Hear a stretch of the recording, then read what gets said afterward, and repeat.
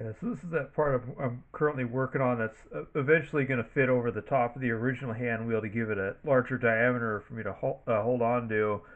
Anyways, right now I got it flipped around the other way in the chuck, and I'm working on facing the other end, and you can see some of the saw marks there as well. That's all going to get cleaned off.